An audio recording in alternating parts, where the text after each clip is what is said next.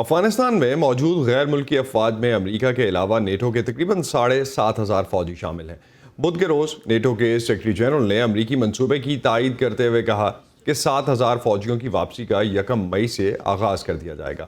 انہوں نے کہا کہ ہم افغانستان میں اکٹھے گئے تھے، ہم نے مل کر تبدیلیاں کی اور اکٹھے واپس آنے پر متفق ہیں۔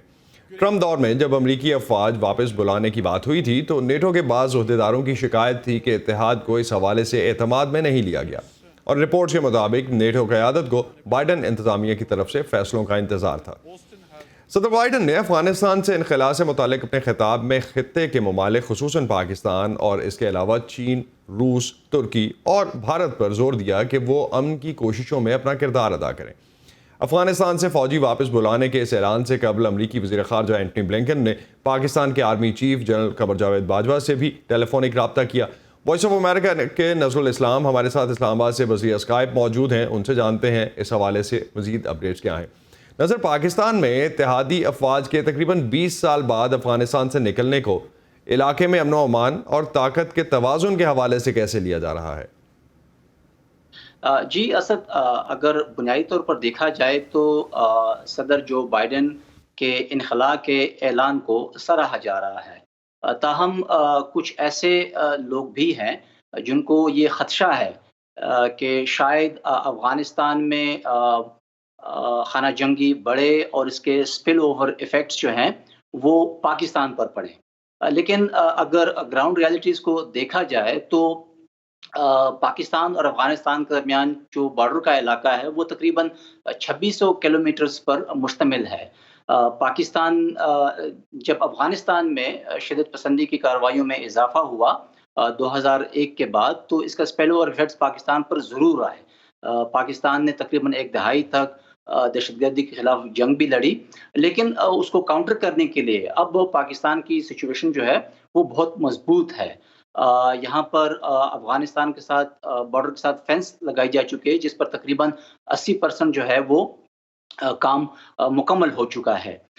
یہاں پر اس حوالے سے اسپل اوور ایفیکٹس کے حوالے سے ہماری جب بات ہوئی ہے پاکستان میں چیئرمین فورن ریلیشن کمیٹی کے مشاہد حسین سید صاحب سے، تو ان کا کہنا کچھ یوں تھا۔ بنیادی طور پر انہوں نے فیصلہ وہی کیا ہے جو صدر ٹرمپ نے کیا تھا، صرف 4-5 مہینے کی تاخیر سے کیا ہے۔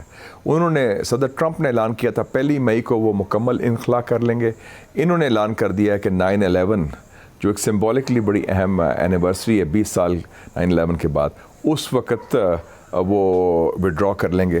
تو میرے خیال میں فیصلہ ٹھیک کیا ہے انہوں نے، کیونکہ جتنی دیر رہتے بھی فرق تو پڑنا نہیں تھا۔ جب 1.5 لاکھ امریکن فوج کچھ نہ کر سکی تو 3,500 یا 10,000 نیٹو کے ٹروپس کیا کر سکتے تھے؟ اور بیسیکلی صدر بائیڈن اعلان کر رہے ہیں کہ 9/11 کا جو وہ ایک چیپٹر تھا وہ 2021 کو کلوز ہو جائے گا۔ میں 2 حوالے سے تھوڑا سا پر امید ہوں، مجھے امید کی کرن نظر آ رہی ہے۔ ایک تو یہ ہے کہ یہ واضح ہو گیا جو پاکستان شروع سے کہہ رہا تھا کہ طاقت کے ذریعے، ڈنڈے کے ذریعے افغانستان کا مسئلہ حل نہیں ہو سکتا۔ امریکہ نے بالآخر وہ بات تو تسلیم کر لی۔ اور دوسری بات ہے کہ افغانستان کے اندر جو بھی قوتیں ہیں، چاہے افغانستان کی حکومت ہو، چاہے افغانستان کے طالبان ہوں، سب جانتے ہیں کہ اس وقت 40 سال کی جنگ کے بعد ایک چیز جو افغانستان قوم کو ضرورت ہے اور وہ ہے امن۔ جو امن کی خواہش اگر وہ حاوی ہو جاتی ہے باقی خواہشات کے اوپر، اقتدار کی خواہش یا اور پیسے کمانے کی خواہش یا اور کرسی کی خواہش، تو میرے خیال میں یہ بڑی خوشائند بات ہوگی۔ امریکی صدر کے افغانستان سے فوجیوں کے انخلاء کے حوالے سے جب ہماری بات ہوئی افغان امور کے ماہر رحیم اللہ یوسف زئی سے، تو ان کا کہنا تھا کہ اگرچہ امریکہ کو اپنی فورسز 1 مئی کو افغانستان سے نکالنی تھی، لیکن اب وہ 11 سپٹمبر پہ چلے گئے ہیں۔ اپنے وعدے کی وہ تکمیل تو نہیں کر پائے ہیں، تاہم ابھی تک افغانستان میں طالبان اور افغان حکومت کے درمیان بھی کوئی تصفیہ پر نہیں پہنچے ہیں۔ تو اس حوالے سے ان کو بھی ایک ٹائم مل گیا ہے تو یہ بھی ایک اچھا شگون ہے. تو دیکھتے ہیں کہ کیسے یہ پروسیس آگے بڑھتا ہے.